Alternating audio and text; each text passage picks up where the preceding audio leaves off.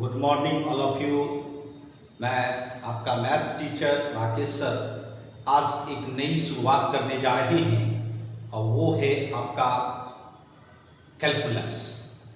और यह जैसा कि आप जानते होंगे कि कैलकुलस अप्रॉक्स 50% मैथ का सिलेबस है, इसीलिए आपको अच्छी तरह जानकारी लेनी है। और इसी के कारण आज मैं आपको सिर्फ कैलकुलस का इंट्रोडक्शन दूंगा और साथ साथ ये बताऊंगा कि कैलकुलस में क्या सब पढ़ना है ना। तो चलिए आज जाने हम लोग कैलकुलस के बारे में। सबसे पहले मैं बताना चाहता हूं कि कैलकुलस आपके सिलेबस में 44 मार्क्स, जी हाँ approx 44 marks Bihar board and CBSE है ना, दोनों में आता है। और समझ सकते हैं 44 मतलब 50% ही हो गया बच्चों। और साथ साथ यह बोर्ड के एग्जामिनेशन में तो इम्पोर्टेंट है ही, और उसके साथ कॉम्पिटिटिव एग्जामिनेशन में भी इम्पोर्टेंट होता है बच्चों। इसीलिए हम लोगों को कैलकुलस अच्छी तरह जानना चाहिए। पहली बात मैं ये बताना चाहता हूँ कि कैलकुलस ये आपके लिए बिल्कुल न्यू टॉपिक है। इसका कारण है कि 10th तक कैलकुलस नहीं आता है बच्चों सिलेबस में। 10th के बाद 11th में सिर्फ इंट्रोडक्शन जानने का मौका मिलता है कि कैलकुलस क्या है और क्या इसका थोड़ा बहुत इस्तेमाल होता है बच्चों। वहाँ आप लोगों ने थोड़ा बहुत लिमिट देखा होगा, डेरिवेशन देखा होगा, है ना। लेकिन यहाँ विस्तृत कॉम्प्लेक्स रूप में आपको कैलकुलस बताया जाता है, तो जो आज मैं शुरू स्टार्ट करने जा रहा हूँ। तो चलिए सबसे पहले जाने कि कैलकुलस का हिंदी मीनिंग क्या होता है बच्चों। कैलकुलस, ऐसे कैलकुलस को कलन कहते हैं, कलन, जी हाँ। इसका मतलब है, ये भी कह सकते हैं जिसमें कला भरपूर मात्रा में हो उसे कलन कहते हैं बच्चों। तो जी हाँ, ये तो मैं बोलचाल की भाषा में मैंने बताया, परंतु कैलकुलस 17वीं सेंचुरी में बना है बच्चों। कैलकुलस 17वीं सेंचुरी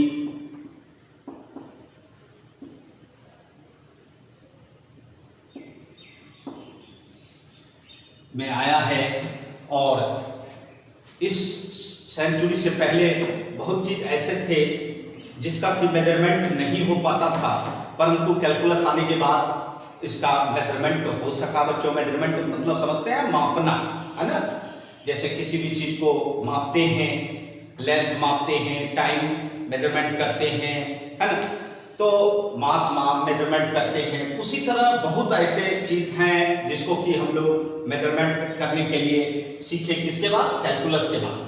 तो आइए सबसे पहले ये जानें कि यह कैलकुलस जो शुरुआत हुई है किस मैथमेटिशियन के द्वारा बच्चों। तो जी हाँ, दो मैथमेटिशियन इसमें ज्यादा इन्वॉल्व हुए।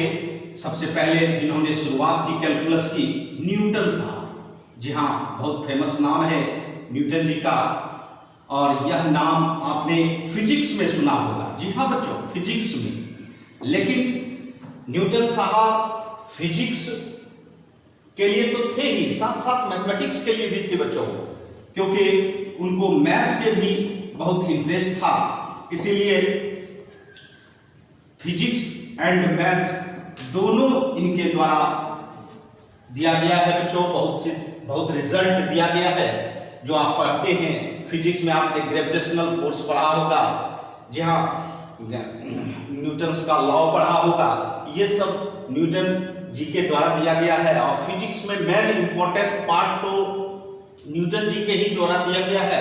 और उसी फिजिक्स को इजी बनाने के लिए, है ना, हल्का बनाने के लिए, आसान बनाने के लिए, जो बच्चों को आसान लगे, कोई भी चीज मेजरमेंट कर सके फिजिक्स में, इसके कारण उनको मैथ्स में भी इंटरेस्ट था। और इन्हीं के कारण मैथ्स में भी बहुत सारे ऐसे रिजल्ट उन्होंने दिया जिससे कि फिजिक्स में हेल्प मिल सके और आसानी से हम लोग कैलकुलेशन कर सके। तो जी हाँ, इसीलिए मैं कहना चाहता हूँ न्यूटन साहब की ही शुरुआत थी कैलकुलस की, और वो तो कंप्लीट नहीं कर पाए। लेकिन बाद में एक लेबनीज मैथमेटिशियन थे जिन्होंने लेबनीज मैथमेटिशियन थे जिन्होंने ये और आगे बढ़ाया बच्चों। लेबनीज जी मैथमेटिक्स के जाने माने मैथमेटिशियन हैं। इनको मैथ से ही इंटरेस्ट था, फिजिक्स से इंटरेस्ट नहीं था बच्चों, लेकिन इन्होंने मैथ्स में बहुत सारे रिजल्ट दिए। न्यूटन साहब ने फिजिक्स एंड मैथ दोनों में रिजल्ट दिए और लेबनीज जी सिर्फ मैथ्स में रिजल्ट दिए, और वह भी कैलकुलस में काफी मात्रा में बच्चों। और मैं ये भी बता देना चाहता हूं कि न्यूटन साहब एंड लेबनीज मैथमेटिशियन दोनों अलग अलग क्षेत्र के लोग थे। जहां बच्चों न्यूटन साहब ब्रिटिशियन फिजिशियन एंड मैथमेटिशियन थे, लेकिन लेबनीज जी जर्मन मैथमेटिशियन थे, जर्मनी के थे बच्चों। और लेकिन दोनों का ईस्वी भी अलग अलग है, दोनों अलग अलग पार्ट में इस कैलकुलस को बताए हैं बच्चों। और यह कैलकुलस इतना विस्तार है बच्चों कि मैं ये कहना चाहता हूं कि यहाँ तो अभी शुरुआत हो रही है आपको कैलकुलस की जानकारी की, परंतु आगे जैसे जैसे आप बढ़ते चले जाओगे कैलकुलस और विस्तृत रूप में जानकारी आपको मिलते चला जाएगा। तो मैं आज कुछ कैलकुलस के बारे में बताना और चाहता हूं। अभी तो आपको मैंने बताया कि कैलकुलस मैथमेटिक्स में लाने का किनका श्रेय जाता है, किन पर श्रेय जाता है, तो न्यूटन जी एंड लेबनीज जी। जहां बच्चों इन्होंने दोनों मिलके कैलकुलस को तैयार किया बच्चों, और सारे मैथमेटिशियन ने बहुत सारे रिजल्ट कैलकुलस में दिए हैं बच्चों। वह धीरे धीरे आपको पता चलते चला जाएगा। तो आइए हम लोग इसके बारे में और कुछ जानें।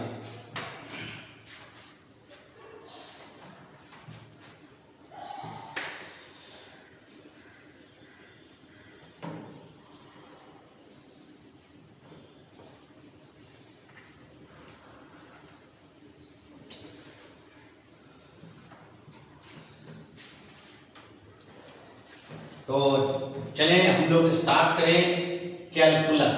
जी हाँ, कैलकुलस सबसे पहले इस कैलकुलस का हम मतलब समझें कि इस कैलकुलस में पढ़ना क्या पड़ेगा हम लोगों को, किस चीज के लिए कैलकुलस लाया गया है। जी हाँ, न्यूटन साहब ने जो स्टार्ट किया उनकी सोच आपने सुना होगा कि ग्रेविटेशनल फोर्स। जी हाँ बच्चों, ग्रेविटेशनल फोर्स जो उन्होंने दिया है वह उनके थिंकिंग के आधार पर आया बच्चों। वह सुने होंगे आप लोग एक कहानी कि न्यूटन जी एक वृक्ष के नीचे बैठे हुए थे और बहुत निराश बैठे हुए थे, और वृक्ष के नीचे बैठे हुए थे तो निश्चित वृक्ष में फल लगे हुए थे। फल जो है वह नीचे गिरा। उनको लगा, पहले तो वह डर गए कि क्या आसमान गिर गया है, ऐसी सब का मनोग्रंथ कहानी है बच्चों।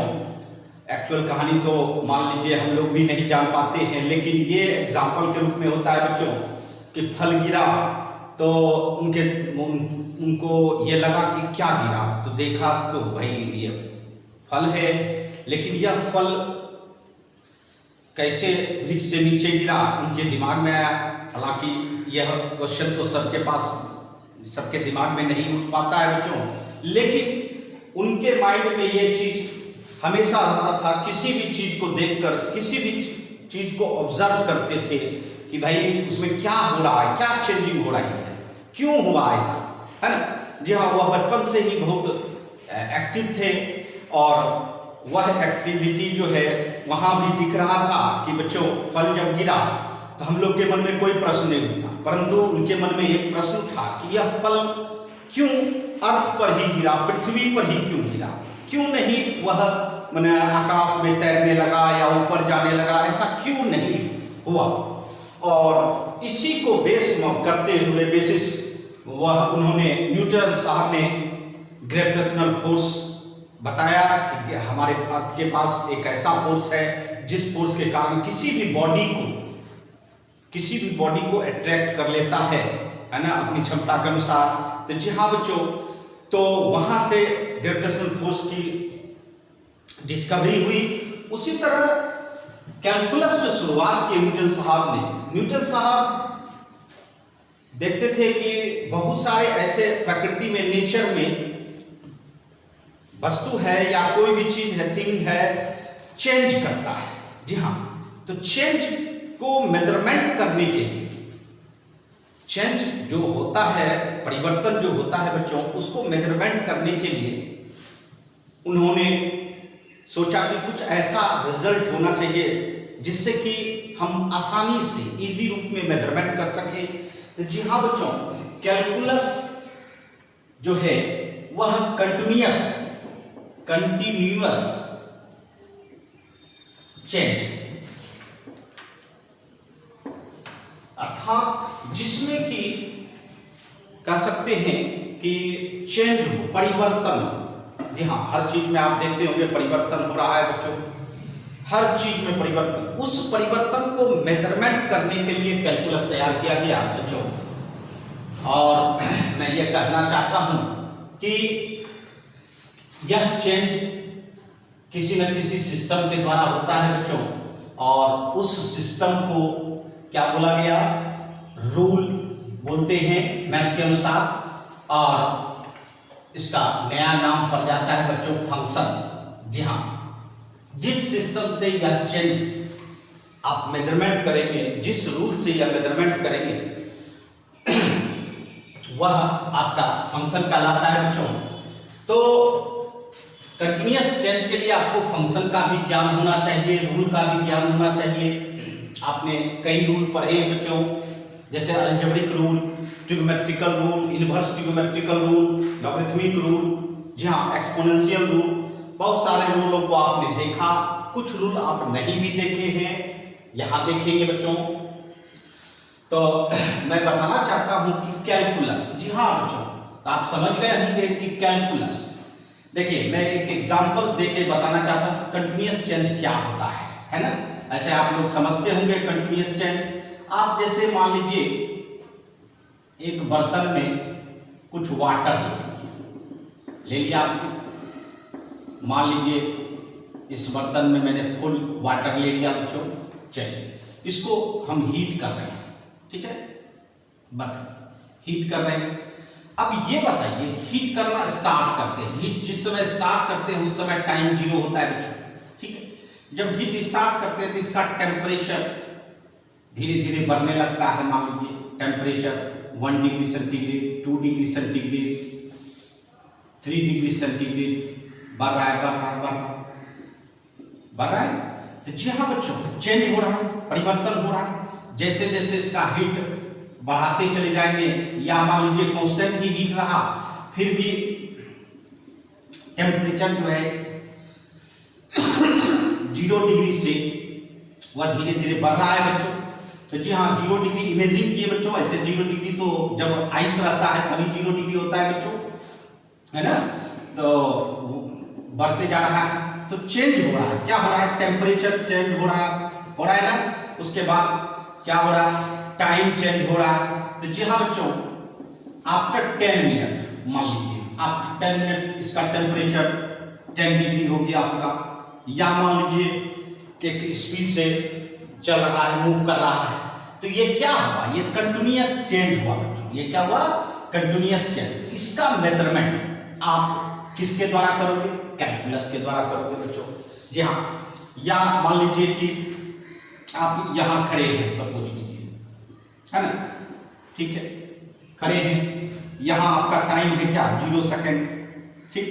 आप जैसे ही आप अपना स्पीड 10 मीटर पर सेकेंड, जी हाँ, आप चलना शुरू किए मोटरसाइकिल से, तो एक्सीलेटर दीजिएगा। तो जिस हिसाब से आप एक्सीलेटर दीजिएगा उस हिसाब से आप क्या करिएगा, डिस्टेंस कवर कीजिएगा, आप दूसरे पोजीशन पर चले जाइएगा कुछ समय के बाद। ये क्या है, मान लीजिए 5 सेकंड के बाद आप पोजीशन आपका यहाँ ए था, यहाँ पोजीशन क्या हो गया, बी हो गया। ये क्या है, आपने क्या सब चेंजिंग किया, डिस्टेंस चेंजिंग किया, टाइम चेंज हुआ, है ना। जहाँ एक्सीलेटर मैंने एक्सीलेटर भी आपने कभी मैंने स्पीड किया, रेट ऑफ, है ना, rate of change of distance जो है हुआ बच्चों। अर्थात कहने का सेंस है कि चेंज हुआ। तो जी हाँ, यह चेंज, यह मेजरमेंट किसके द्वारा किया जाएगा? तो कैलकुलस के द्वारा बच्चों। यह चेंजिंग कैसे निकाला जाएगा? तो कैलकुलस के द्वारा। जी हाँ बच्चों, जब तक हमारे पास यह कैलकुलस नहीं था बच्चों, हम लोग को काफी मुश्किलें होती थी और उस मुश्किलों को झेलते हुए हम लोग ये समझते थे, लेकिन न्यूटन साहब ने उस मुश्किल को क्या किया? आसान कर दिया हम लोग के लिए, है ना। बहुत सारे चीज होते हैं बच्चों। आप सपोज करो मोबाइल में आप किसी भी चीज को डाउनलोड करते हो। सपोज कीजिए, एग्जांपल लेते हैं बच्चों, मैं उतना तो जानकारी रखता नहीं हूं, लेकिन मैं इस बात के लिए मैं आपको बताना चाहता हूं। आप डाउनलोड करते हो, आप बहुत अच्छी तरह से यह बात समझोगे। डाउनलोड जिस समय स्टार्ट करते हो उस समय टाइम क्या रहता है? 0 सेकेंड। जब स्टार्ट होता है डाउनलोड होना तो धीरे धीरे वह एक स्पीड से स्टार्ट होता है। जानते हैं कि उसका नेट का स्पीड होता है बच्चों, कितना स्पीड कभी बढ़ता है कभी घटता है। जिस हिसाब से आपका स्पीड होता है उस हिसाब से, जैसे मैंने यहाँ कहा आप अगर एक्सीलेटर बहुत ज्यादा दे दीजिएगा तो स्पीड ज्यादा हो जाएगा, डिस्टेंस ज्यादा कवर होगा कि नहीं। और अगर एक्सीलेटर कम दीजिएगा तो डिस्टेंस कम कवर होगा बच्चों, है ना, टाइम ज्यादा लगे। तो जी हाँ बच्चों, उसी तरह यहाँ भी होता है कि अगर नेट का स्पीड आपका ज्यादा है ना, या कम है, उसके हिसाब से आपका डाउनलोड होता है बच्चों। और धीरे धीरे वह डाउनलोड धीरे धीरे फुल हो जाता है बच्चों टाइम के अनुसार। क्या हुआ? चेंजिंग हुआ। यह चेंजिंग, जी हाँ, यह चेंजिंग कंटिन्यूअस चेंज कहलाता है। और यह चेंजिंग किसके द्वारा निकाला जाएगा? कैलकुलस के द्वारा। तो जी हाँ बच्चों, मैं ज्यादा आपका समय इस बात के लिए नहीं लूंगा कि मैं आपको इसमें उलझाऊंगा। तो बस इतना सा समझना है कि कैलकुलस का मतलब होता है कि कंटिन्यूअस चेंज का मेजरमेंट हम जिस सिस्टम से कर लेते हैं वही सिस्टम कहलाता है आपका कैलकुलस। इसीलिए कैलकुलस को हम छोटा सा एक डिफिनेशन के रूप में लिख सकते हैं। Calculus is the branch of mathematics, branch of mathematics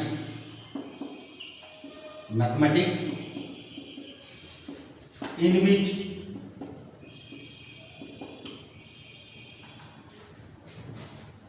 deals the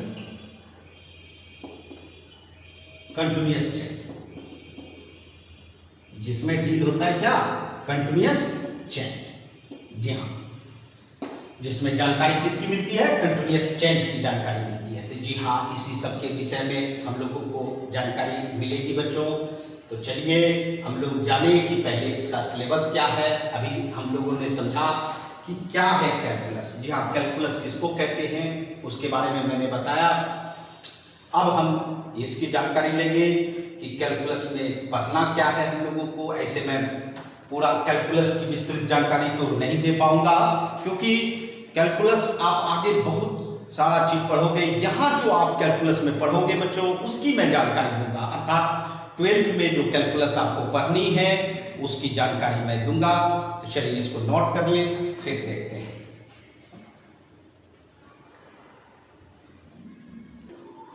हाँ, तो बच्चों हम लोग अभी सिर्फ कैलकुलस वर्ड समझ रहे थे कि कैलकुलस की शुरुआत किसने की, और साथ साथ कैलकुलस किस पर्पस से आया बच्चों।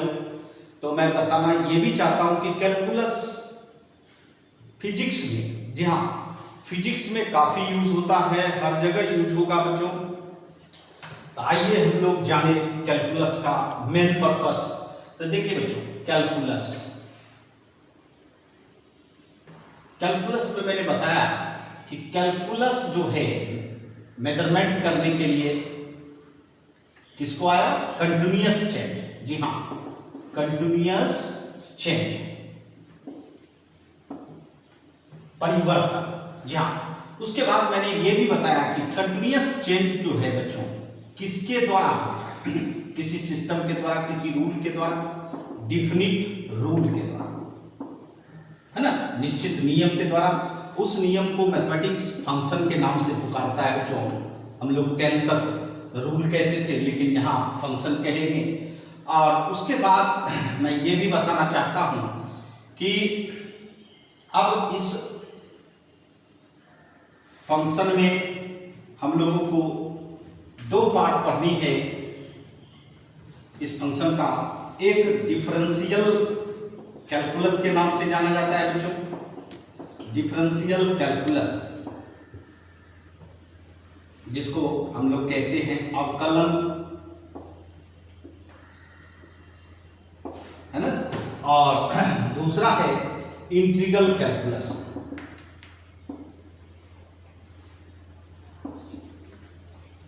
कैलकुलस इसको समाकलन कहते हैं। और मैं ये भी बताना चाहता हूं डिफरेंशियल कैलकुलस में हम लोग डिफरेंशिएशन, जी हाँ, डिफरेंशिएशन सीखते हैं। एंड इंटीग्रल कैलकुलस में इंटीग्रेशन सीखते हैं बच्चों। और इसी दोनों पार्ट से ज्वाइंट होकर बना है बच्चों कैलकुलस, क्योंकि यह दोनों पार्ट जो डिफरेंशिएशन एंड इंटीग्रेशन जो कैलकुलस का पार्ट है बच्चों, यह दोनों एक दूसरे का अपोजिट है ना।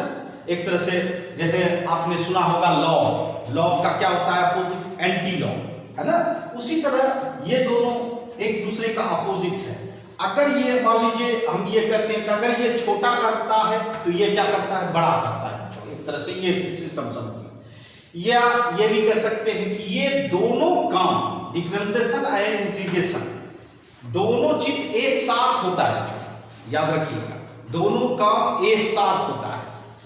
जैसे मैं बताना चाहता हूं कि आप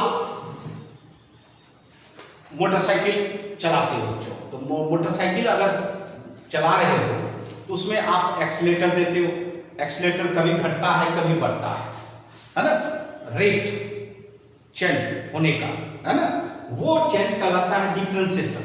और आपने जो डिस्टेंस कवर किया, जिस स्पीड से आप चले उसके हिसाब से आपने डिस्टेंस कवर किया, तो डिस्टेंस जो आपने कवर किया वो कहलाता है इंटीग्रेशन बच्चों। तो इसका मतलब है कि दोनों एक दूसरे का पूरक है, अर्थात दोनों के ही द्वारा कोई भी काम वर्क पूरा होता है या चेंज पूरा होता है बच्चों।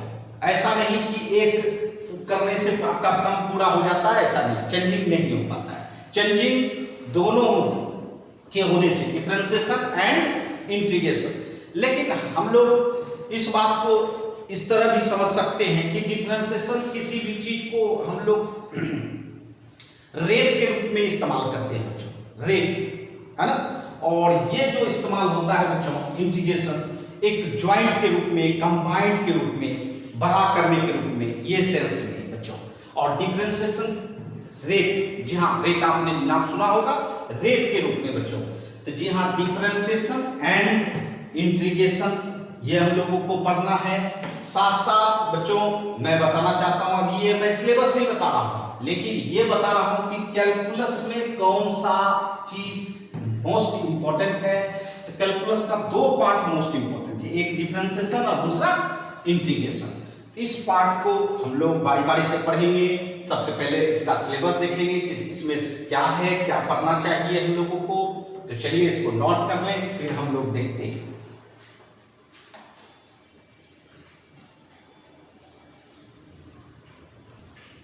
तो चलिए बच्चों, अब हम लोग कैलकुलस के बारे में जान चुके हैं।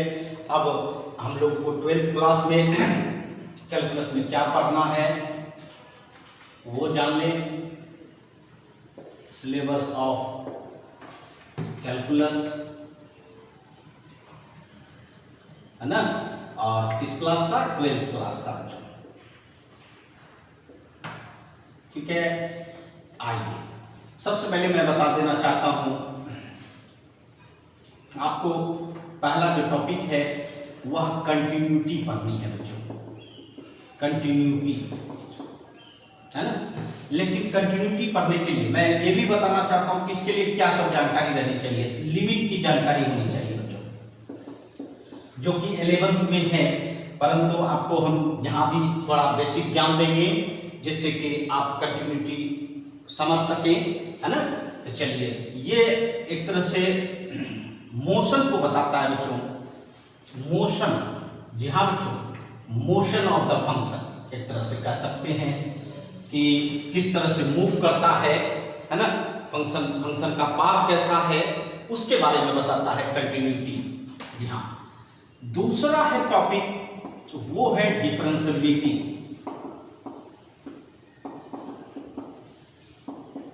डिफरेंशिएबिलिटी ये चेक करता है बच्चों, बहुत सारे ऐसे होते हैं जो नहीं हो पाते हैं बच्चों, कुछ ऐसे वर्क होते हैं जो नहीं हो पाते, उसी तरह कुछ ऐसे रूल्स होते हैं, कुछ ऐसे सिस्टम होते हैं जिसका कि हम लोग डिफरेंशिएशन नहीं कर पाते हैं, चेंज नहीं कर पाते हैं, रेट ऑफ चेंज नहीं हो पाता है, तो वह चेक जो है इस डिफरेंशिएबिलिटी के द्वारा होगा। एक तरह से चेक करेंगे हम लोग इस डिफरेंशिएबिलिटी में बच्चों कि किस फंक्शन किस रूल का चेंजिंग हम मेजरमेंट नहीं कर पाएंगे, है ना, वो इसके द्वारा चेक होगा। तीसरा है बच्चों डिफरेंशिएशन, अर्थात इसमें आपको हम सिखाएंगे कि कैसे डिफरेंशिएशन किया जाता है बच्चों, अर्थात रेट ऑफ चेंज निकाला जाता है, वो मैं सिखाऊंगा डिफरेंशिएशन में। नंबर 4 है एप्लीकेशन। जब हम लोग डिफरेंशिएशन सीख जाते हैं बच्चों तब होता है एप्लीकेशन ऑफ डेरिवेटिव। जी हाँ बच्चों, मैं कहना चाहता हूं इसी का दूसरा नाम इस तरह पुकार सकते हैं डेरिवेटिव। जी हाँ, और एप्लीकेशन में बहुत टॉपिक है, छोटे छोटे टॉपिक है, जैसे कि रेट मेजर। जी हाँ, जो डिफरेंशिएशन का इस्तेमाल है, क्योंकि डिफरेंशिएशन इसी के पर्पस के लिए आया है बच्चों, रेट मेजर। उसके बाद आपका टेंजेंट एंड नॉर्मल, उसके बाद आया है बच्चों मैक्सिमा एंड मिनिमा,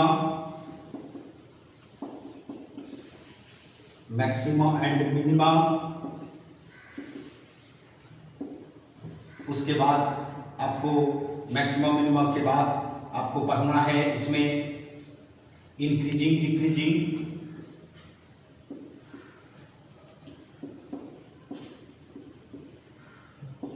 डिक्रीजिंग, उसके बाद आपको पढ़ना है इसमें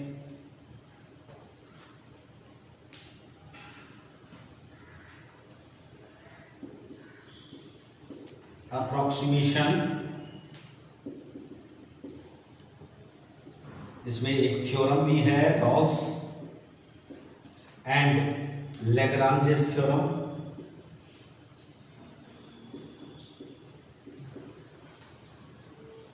है ना, ये टॉपिक है हम लोग का फर्स्ट पार्ट में, कैलकुलस का फर्स्ट पार्ट। और जब हम सेकेंड पार्ट में जाएंगे बच्चों कैलकुलस में, तो आपको यहां से मिलेगा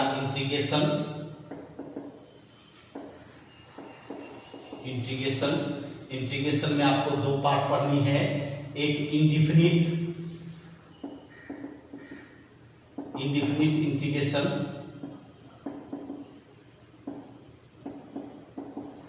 और दूसरी पार्ट है डेफिनिट इंटीग्रेशन।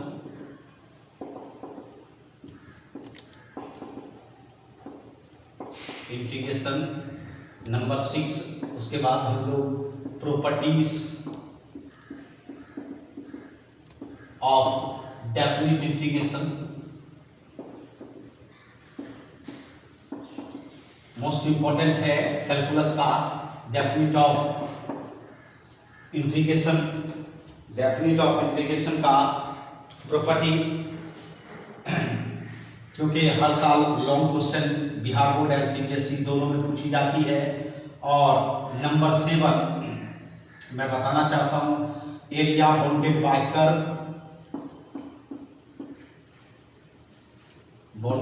कर्व, ये पढ़नी है। और नंबर 8 डिफरेंशियल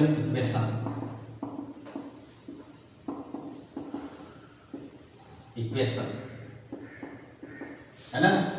तो जी हाँ, लास्ट इक्वेशन के रूप में तो मैं बता देना चाहता हूं, देखिए कंटिन्यूटी।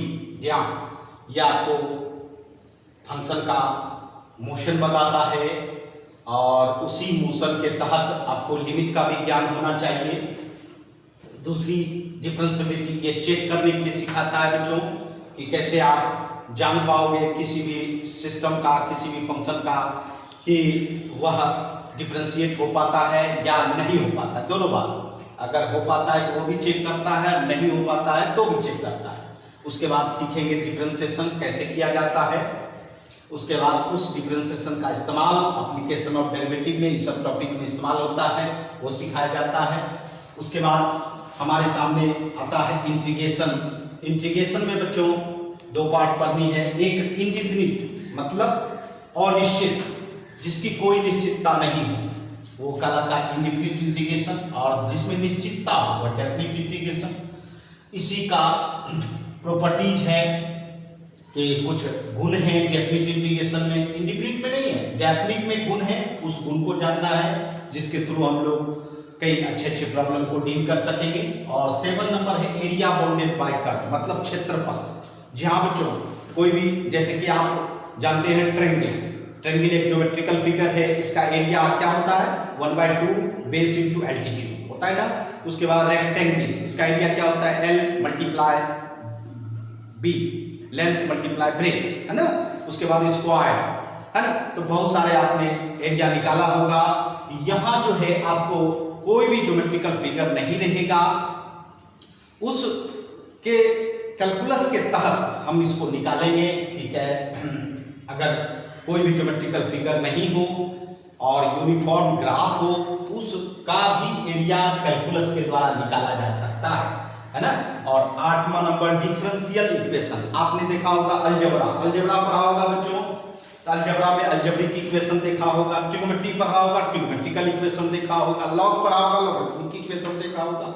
उसी तरह कैलकुलस में कैलकुलस का इक्वेशन किस नाम से पुकारा जाता है, डिफरेंशियल इक्वेशन के नाम से। बात समझ रहे हैं ना जी हाँ। और मैं ये भी बता देना चाहता हूं कि आपका जो क्वेश्चन लॉन्ग बनता है बच्चों, वह मैक्सिमा एंड मिनिमा से, रेट मेजर से बन सकता है।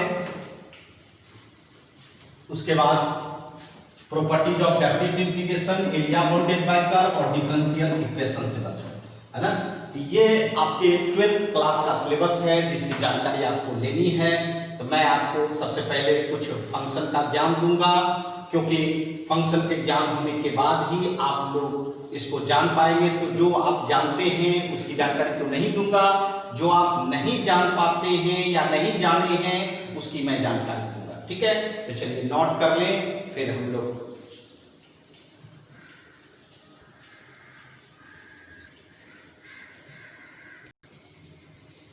तो बच्चों आज हम लोग सिर्फ ये जान रहे थे कि कैलकुलस क्या होता है, उसका पर्पस क्या है, वह कहाँ से आया और कि कौन से मैथमेटिशियन थे जिन्होंने कि कैलकुलस को तैयार किया बच्चों।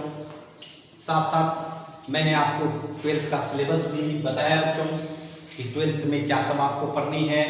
तो चलिए अब नेक्स्ट क्लास में मैं आपको फंक्शन का ज्ञान दूंगा, क्योंकि कुछ जानकारी होनी चाहिए कैलकुलस के लिए। कैलकुलस अगर पढ़ना है तो उसमें कुछ जानकारी रखें। और साथ साथ मैं ये भी कहना चाहता हूँ बच्चों से कि मेरे साथ चले बच्चों, क्योंकि साथ साथ चलने के बाद आपको बहुत अच्छी तरह समझ में आएगा, कहीं कोई परेशानी नहीं होगी। और कोई भी परेशानी हो तो आप कमेंट बॉक्स में डालें जिससे कि मैं बता सकूँ, है ना।